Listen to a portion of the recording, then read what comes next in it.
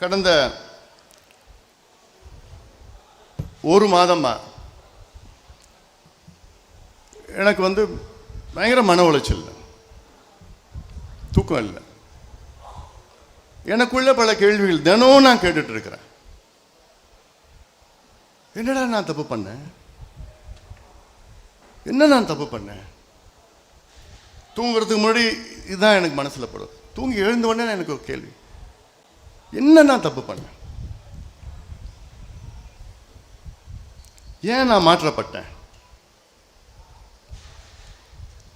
எனக்கு தெரியல என்ன நான் தப்பு பண்ண. எனக்கு தெரியல.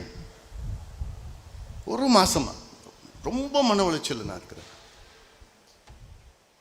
என்னுடைய நோக்கம், என்னுடைய லட்சியம், என்னுடைய கனவு எல்லாமே ஐயாவுடைய கனவு, ஐயாவுடைய லட்சியத்தை நிறைவேற்றுவதுதான் என்னுடைய கனவு.